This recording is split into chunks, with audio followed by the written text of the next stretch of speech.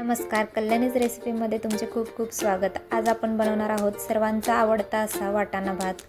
चला तर मग बनवूया वाटाणा भात। त्यासाठी आपल्याला लागणार आहे मिरची, आले, लसूण, कोथिंबीर आणि पुदिना। हे सर्व आपल्याला वाटण करून घ्यायचे आहे।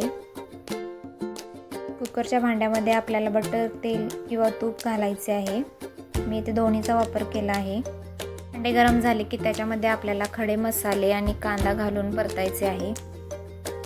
कांदा मऊ होण्यासाठी आणि पटकन भाजण्यासाठी मी इथे लहान चमचा मीठ घातले आहे। कांदा छान गुलाबी कलर आला की आपल्याला यामध्ये टोमॅटो घालायचे आहेत।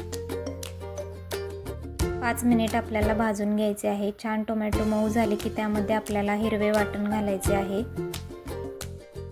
मसाला छान भाजून घ्यायचा आहे। मसाल्याला तेल सुटले की आपल्याला त्यामध्ये 1 वाटी वाटाणा घालायचा आहे। 2 मिनिट वाटाणा छान परतून घ्यायचा आहे। त्यानंतर आपल्याला त्याच्यामध्ये हळद, चटणी आणि मसाला वापरायचा आहे। चवीनुसार मिठाचा वापर करायचा आहे। त्यानंतर आपल्याला याच्यामध्ये छान धुतलेले तांदूळ घालायचे आहेत। त्याला मसाला लागला पाहिजे असे आपल्याला सर्व परतून घ्यायचे आहे। थोडे तांदूळ आपण घेतले आहे त्याच्या 2 पट पाणी आपल्याला वापरायचे आहे।